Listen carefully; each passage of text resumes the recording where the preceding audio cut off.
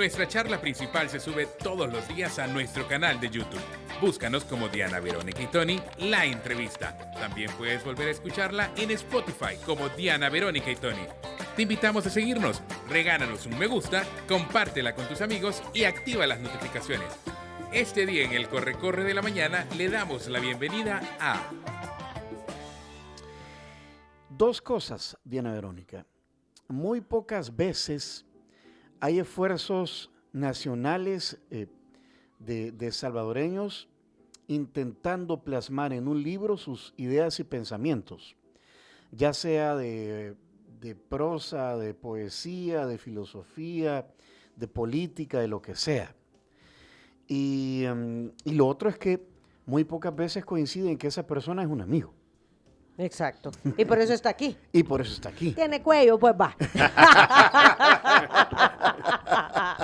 En salvadoreño, ¿verdad? Jonás Herrera, productor, comunicador, escritor. Él anda en la onda aquí de las comunicaciones. Hola, Jonás Jonás, Herrera. bienvenido. ¿Cómo están? Yo conozco a Jonás desde Canal 12, ¿verdad, Jonás? Desde sí. mundo de infancia. Tierra de infancia. Tierra de Jardín infancia. infantil. Ajá. Sí. Sí, desde esa época me acuerdo de Jonás que ya andaba papaloteando, como dice Tony, Tierra en de Canal infancia. 12. No, bueno, técnicamente yo no estuve en Tierra de Infancia. No estuviste. No, Iliana estuvo en Y Tierra de Iliana, tu esposa. Pero es que Sí. vos andabas ahí revoloteando. Sí, pero realmente yo no tuve relación con Canal 12 hasta que Canal 12 es comprada por TV Azteca. Ah, Yo más comencé, adelante. Sí, yo comencé en Canal 10, cuando tenía 9 años, en un programa que se llamaba El Tesoro Infantil. Ajá. Bueno, y por mi mamá hacíamos ¿Y de teatro quién y es todo. hijo, ¿Y quién Jonás, es tu pues? mamá, pues? ¿Quién Mi es tu- madre es la famosa actriz Ajá. Linda Castellano. Pues sí, solamente, ¿verdad? Eso. Solamente. O sea, ahí lo artístico lo llevas en la sangre. Está la vena. Exacto, sí. A quien le mandamos un gran abrazo a tu Sí, mamá. Linda Castellano. Y Está la todavía, respetamos, sí. la respetamos y la honramos mucho. Bueno, yo no sé por qué. Bueno, de Tierra de Infancia ahí salió Iliana, tu esposa, Herrera, Federico Hernández. Sí. Aguilar, Era la como Florcita. Flor Ventura. Era como las chiquilladas. ¿Sí? Es que era la copia de Chiquilladas en Sí, El Salvador. Exacto. Sí, Ajá. toda esa cipotada. Bienvenido, Jonás. Bueno, Gracias. contale a la gente qué haces ahora. Bueno, no, yo sigo más o menos haciendo lo mismo. ¿En qué desórdenes andás? Somos Ajá. productores y hemos sido productores desde hace tiempo. Bueno, obviamente tuvimos ese tiempo, esa faceta de conducir televisión.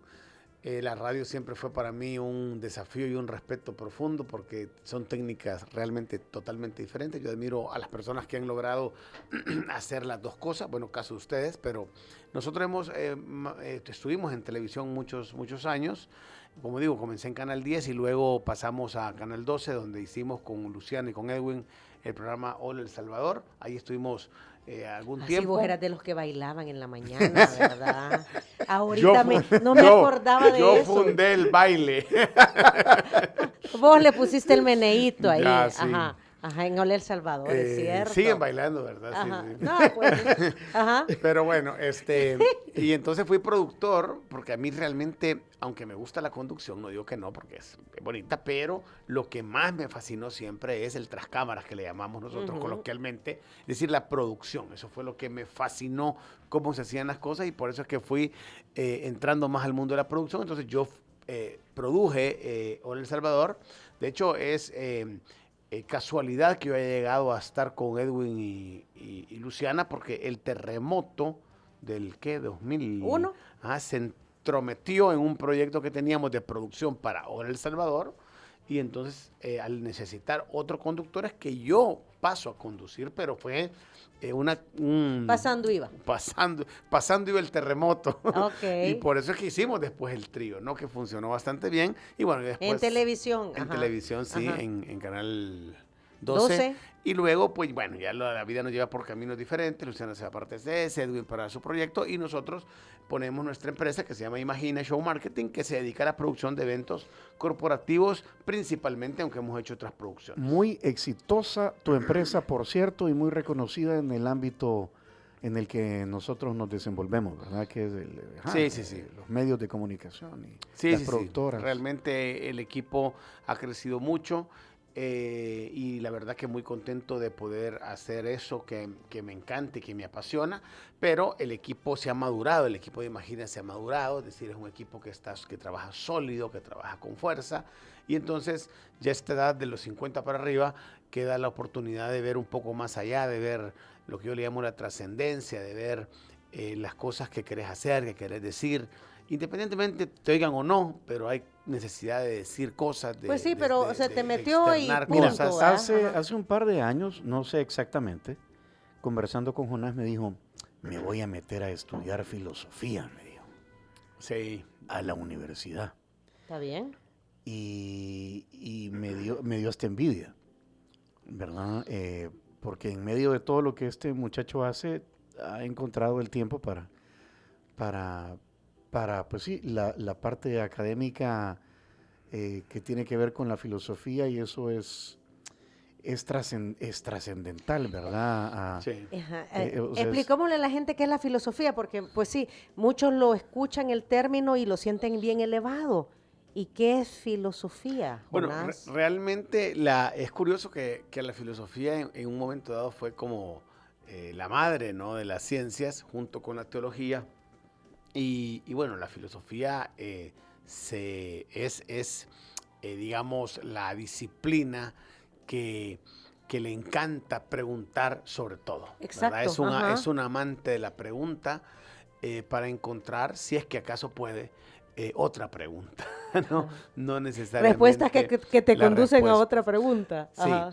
Y se dice en filosofía, por la pregunta final. La pregunta final tiene que ver un poco cómo trascendemos, qué somos, digamos, si un ejercicio lindo de la filosofía y de la teología también es, por ejemplo, si nosotros nos preguntamos qué somos, normalmente pensamos que somos lo utilitario. Por ejemplo, yo soy esposo. Bueno, pero esposo soy nada más por la relación que tengo con Ileana, que es mi esposa. Si yo no tuviera esa relación, yo no fuera esposo. Entonces, realmente, ¿qué soy? Soy más que eso. Bueno, soy hombre, bueno, sí, pero Es que sí. ese es el nombre, ¿verdad? Te empezás a hacer Justamente, preguntas. y Ajá. la pregunta tiene que ver en realidad con tratar de entender, en este caso de la pregunta, quién realmente soy, qué queda de mí, si quito el esposo que soy, si quito el hombre que soy, qué queda realmente de mí. Aunque debo de hacer una precisión que yo en filosofía cursé un diplomado, académicamente, pero cursé un diplomado. Luego lo que comencé, y estoy ya por cerrar, a un año de cerrar, es la licenciatura en teología,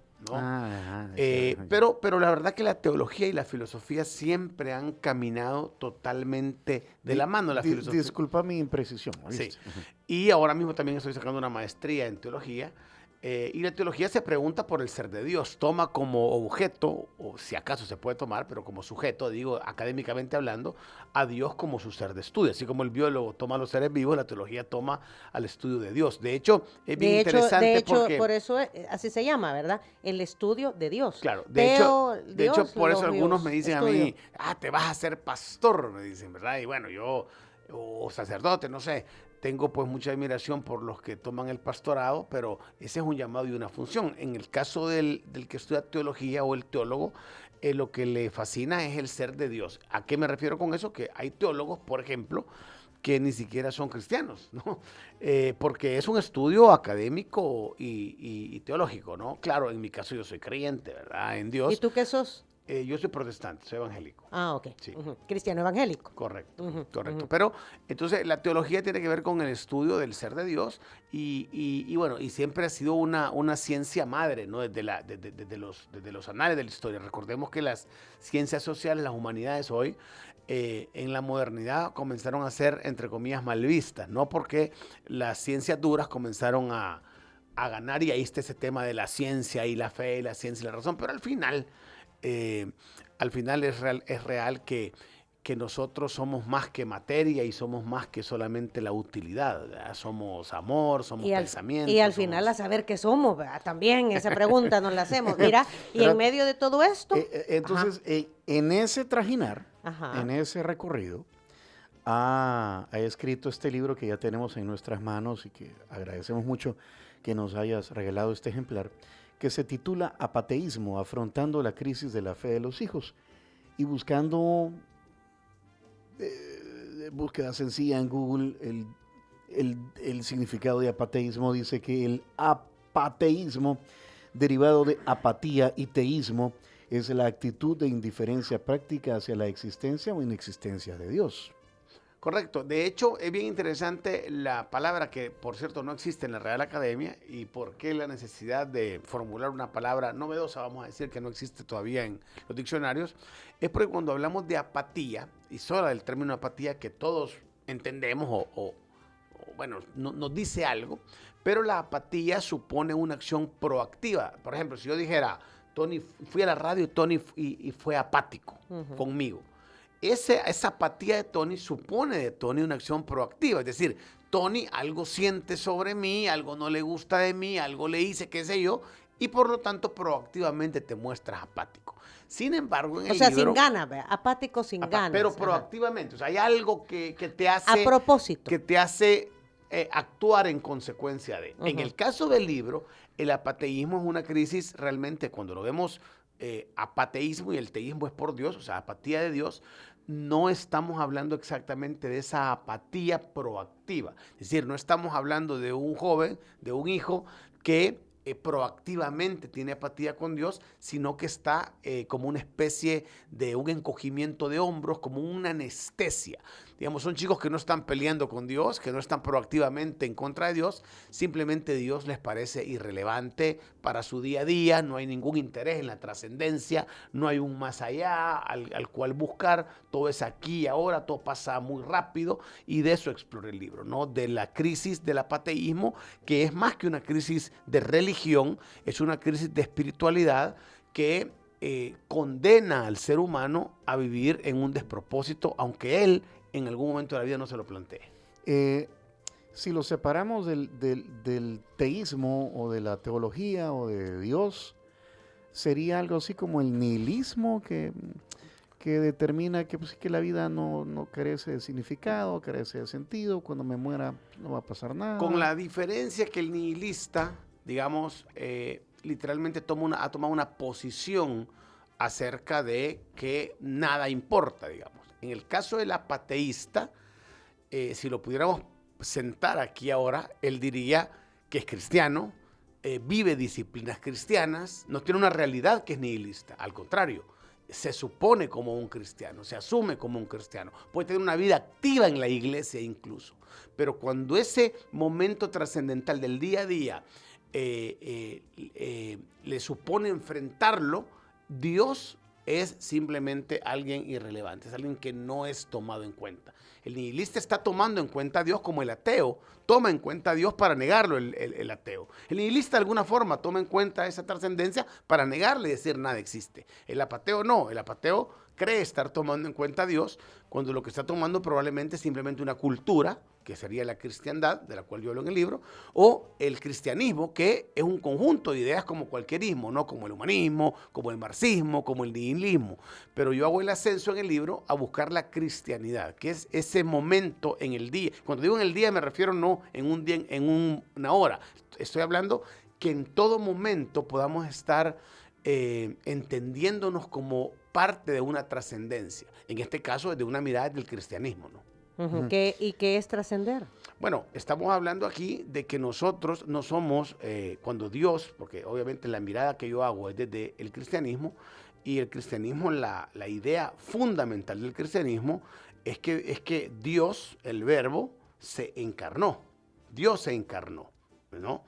Y Dios estuvo entonces humanamente aquí. Claro, esa es la idea central del cristianismo. Que a todos los que nos llamamos cristianos, si nos ponemos a pensar en la idea, es una idea complicada cuando digo de asumir que Dios, ¿no?, se encarnó a través de su hijo hombre. Exacto. Pero Jesús es el mismo Dios, muere y es resucitado. Si yo creo que ese es un hecho histórico, como lo cree el cristianismo, el primer credo cristiano en Corintios habla justamente de esto, y dice que si Jesús no resucitó, entonces vana es nuestra fe. El cristianismo se siente un hecho que además es histórico, no se asume del cristianismo como algo imaginario. Si nosotros asumimos esto, otra vez, desde los lentes del cristianismo, ese hecho es dramático para mi existencia, porque me plantea una verdad que yo no soy solamente una máquina, que yo no soy utilitario, sino que yo voy a trascender, que en el cristianismo es la resucitación de mí mismo y que voy a resucitar para algo. Y eso te plantea un cambio total de tu vida presente. O sea, cuando nosotros tenemos la idea de trascender, es decir, de que vamos a hacer más que los 75 años, 80 años, Sí, estoy hablando que- estadísticamente, ¿no? Sí, que morís y vas a trascender ¿en qué? Ajá, Exacto, ajá, exacto. ajá. Y sobre todo, que lo que yo estoy haciendo hoy tiene cuenta para mi trascendencia, va a tener cuenta para mi trascendencia. Por eso es que cuando nosotros, un filósofo decía, cuando la gente le dice, no me gusta la filosofía, dice, todos vamos a filosofar. Y normalmente cuando empezamos a filosofar, cuando tenemos una enfermedad que nos plantea, una enfermedad terminal, por ejemplo, que nos dan una desafortunada noticia. Cuando te dan cuando la vida te da pencazos, empezás a Exacto. filosofar. Ajá. Entonces, ese momento que tú te encuentras con el ya no voy a estar aquí, eso es trascendencia. Pero esa pregunta no tendría por qué estar planteada solamente cuando yo estoy frente a la muerte. Debería estar planteada siempre y en todo momento. Esa es la idea cristiana, que yo tomo a Dios en cuenta en todo momento. Y no hacerlo, eso es apateísmo. Ahora, tú lo has llevado eso, esa idea de trascendencia, ya además el cristianismo, más de 2000 años, a la indiferencia o a la apatía de los hijos de una familia cristiana. Sí, porque el libro hace un foco en específico, porque pudiéramos hablar, de hecho, fíjate que es bien curioso, porque hay personas que han leído el libro, incluso cuando leyeron el manuscrito, que me decían, mira, pero ¿por qué le pusiste para los hijos? Porque yo siento que el libro me está hablando a mí. Ajá. Y yo realmente nunca me di cuenta. Debo decir que mi editor no me lo dijo tampoco hasta después que gente leyó el libro. Excepto una persona que me lo dijo en el manuscrito, yo no me di cuenta. Y ahora reflexionando, es porque cuando yo escribí el libro, yo no pensaba en mis hijos. Yo tengo 2 hijos, pero realmente yo no estuve pensando en mis hijos. Yo estuve pensando en mí mismo como hijo y en mi forma de vivir o haber vivido el cristianismo. Y por eso tiene sentido que no importando si lo leas, o sea, si seas papá o aún no seas papá, pero sos hijo. Todos somos hijos de alguien o hemos sido hijos de alguien. Bueno, y partimos de hijos de Dios. Exacto, Ajá. pero sí es verdad que el libro tiene un enfoque, vamos a decir, teledirigido, ¿verdad? Está teledirigido a padres cristianos, ¿verdad? Y la forma en que vivimos la fe, padres e hijos. Ujú. Ahora bien, sobre eso hay muchas cuestionantes, ¿verdad? Hoy en día, Claro. Jonas, porque... Polémicas, ajá. enojos. Sí, ¿no? Y fe, no fe, el ser, el no ser, es necesario estar en una religión para ser buena persona, porque, o sea, todos partimos del concepto que si sos buena persona vas a trascender, ¿verdad? Pero también, si sos mala persona, de repente también vas a trascender. Sí, realmente lo que tú dices es muy cierto y es curioso porque, así como dicen, ¿verdad? No hables de qué, de política, como se decía antes, de política. Religión y fútbol. De religión y fútbol no hables. Pero yo sí creo que son temas que se tienen que hablar, sobre todo los de la fe. ¿Por qué? Porque la fe nunca fue privativa. Si tú te das cuenta, la fe cristiana siempre fue una buena noticia. Por lo tanto, la fe cristiana no plantea que yo solo la viva en casa, al contrario, que la muestre a todos. Claro que hoy en la posmodernidad y el relativismo hace una mezcla de esto, de la religión, de entonces en la Iglesia Católica el tema de los sacerdotes, en el tema de los pastores, que el diezmo. Entonces creo yo que hay mucho ruido pasando por nuestras mentes y no es inteligente que por esos ruidos humanos, o por hoy los ruidos que nos suponen las redes sociales, la inteligencia artificial, nosotros nos volvamos y dejemos la espiritualidad. Ahora, yo no puedo negar desde el cristianismo, yo soy cristiano, que hay dogmas y hay doctrinas clásicas que devienen de la revelación de la Biblia, que es el libro sagrado que los cristianos tenemos como el libro sagrado, que son incuestionables. Yo no puedo querer actualizar una doctrina y un dogma, no, ni quiero yo ni puedo, ¿no? Ahora, es verdad que esos temas se mezclan en todo esto, pero el libro realmente lo que está afrontando es un tema en específico, ¿no? El encogimiento de hombros, la irrelevancia de aquella persona que cree tomar en cuenta a Dios, pero realmente no lo está tomando, y el libro simplemente plantea, hey, tomémonos un minuto, tomémonos un tiempo para asumirnos realmente si Cristo, en este caso, porque he visto desde el cristianismo, representa algo realmente en nuestra vida. Es ese Señor que decimos ser. Coincide la idea desde la iglesia cristiano-evangélica junto con el catolicismo cuando Benedicto XVI habló sobre el relativismo, sobre el que pues, sí, todas las ideas son válidas, ¿verdad? Hay dogmas en los que pues yo prefiero no creer, o sea, sí, no, o sea, ahí voy en la vida. O sea, Sí, totalmente. eso tiene que ver. Tiene que ver totalmente. Debo decir que el cardenal Ratzinger, o el teólogo Ratzinger, Ajá. es de uno de mis teólogos favoritos. Yo soy protestante, ¿no? Pero bueno, estudio y es un teólogo brillante, ¿no? Método dialéctico. Total. Y estoy totalmente de acuerdo, ¿no? El relativismo me hace... Es que el relativismo realmente cuando lo ponemos a pensar es creer todo y no creer nada. Uh-huh. Y eso es un absurdo. O sea, yo debo de tomar una posición, tengo que tomar una posición. Y por eso digo que el ateo o el nihilista, como tú lo decías, o el agnóstico, en realidad está interesado en el ser de Dios. El ateo para negarlo, ¿no? Y el nihilismo para estudiarlo, el agnosticismo para decir, no lo sé. Al menos están cuestionando o haciendo preguntas. El apateísmo, no, el apateísmo está en un lugar vale. donde cree, pero repito, no proactivo, está en un lugar donde cree que ahí se está jugando un partido que nunca se va a jugar. Está en un estadio esperando un partido que nunca se va a jugar. Ese es el apateísmo. Con este libro que se llama Apateísmo afrontando la crisis de la fe de los hijos. Este libro revela que toda decadencia social comienza con la erosión de lo sagrado. Y el prólogo lo ha escrito nada más ni nada menos que el gran Agustín Laje a Jonás Herrera. Cuando te sentaste a escribir esto, Jonás, y porque nos quedan 10 minutos de entrevista a lo máximo, ¿cuál era tu objetivo? Mira, el objetivo realmente fue expresar en un libro algo que yo quería decir, repito, como hijo, ¿verdad? Es decir, no necesariamente como padre, sino yo desde hijo, pero al final el libro pretende algo. Primero, que el tema se debata. No es un libro dogmático, crean esto y no puedan creer otra cosa. Entonces es una tesis teológica, es como yo lo denomino. Esta es tu reflexión sobre el tema. Exacto. Ajá, y el objetivo, punto. sí, que yo espero lograr es justamente incomodar al que lo lee. Incomodar en el sentido que yo puedo ser el que vivo en apateísmo, entonces el libro está como incomodando permanentemente en la cultura en que vivimos, en cómo asumimos la fe, y yo lo quiero ver como un despertar, y cuando digo un despertar no lo digo como esa palabra, si es un despertar, sino que un despertar como cuando te hacen, cuando estás dormido y te llegan a mover. Que te muevan el cerebro, sí. Hombre, un ratito.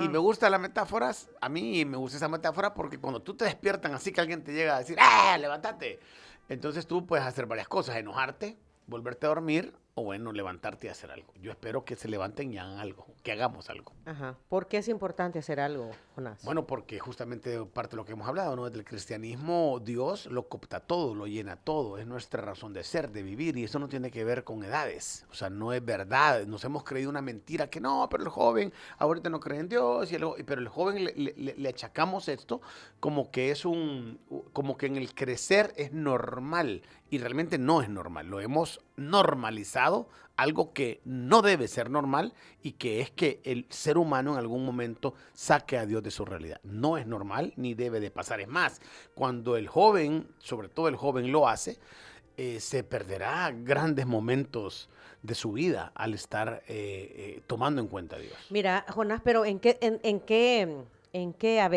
rubro sucede esto? Porque igual te puedo decir de que yo veo mucho joven en religión. El otro día cristianos evangélicos me llegaron a tocar la puerta de mi casa y me sorprendió. Y como tú dijiste, me hizo así el cerebro, me sangoloteó el cerebro cuando eran jóvenes y no me dijeron, mire, queremos compartirle la palabra de Dios, ni le vamos a dejar este folletito. No, me dijeron, mire, nosotros somos sus vecinos, somos de la iglesia tal y le andamos regalando una plantita. ¿A usted le gustan las plantas? Sí.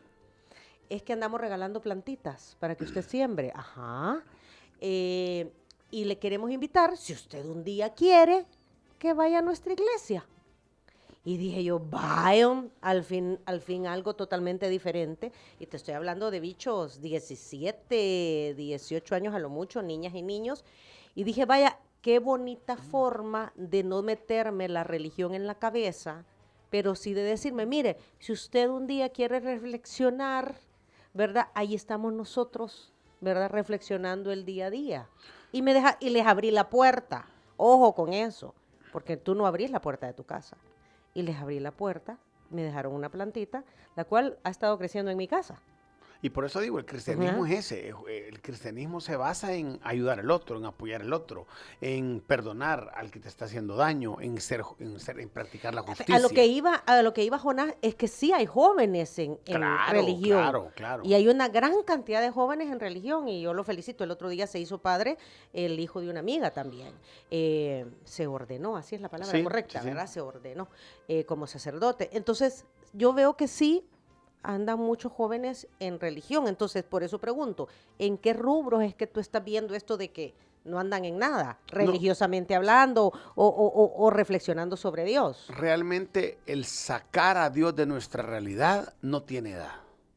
El libro, repito, está dirigido a padres cristianos que afrontan una crisis de fe de los hijos, pero es porque el libro hace ese énfasis. Pero realmente el estar en encogimiento de hombros, el no tomar en cuenta a Dios de mi realidad, pasa en todo momento, no importa si sos niño, joven, adulto, anciano, y eso solo cada quien puede hacer una reflexión, que es la que pretende el libro, una reflexión para saber si yo realmente estoy tomando en cuenta a Dios. Por eso digo que no tiene que ver con la liturgia, si yo voy a la iglesia, si no voy a la iglesia, incluso si practico disciplinas cristianas, no, pero yo oro todas las noches. Está bien, todo eso está bien y es parte fundamental. La pregunta es, en toda tu realidad, ¿Dios es el centro? Eso es lo que plantea el libro, porque ese es el corazón del cristianismo ese.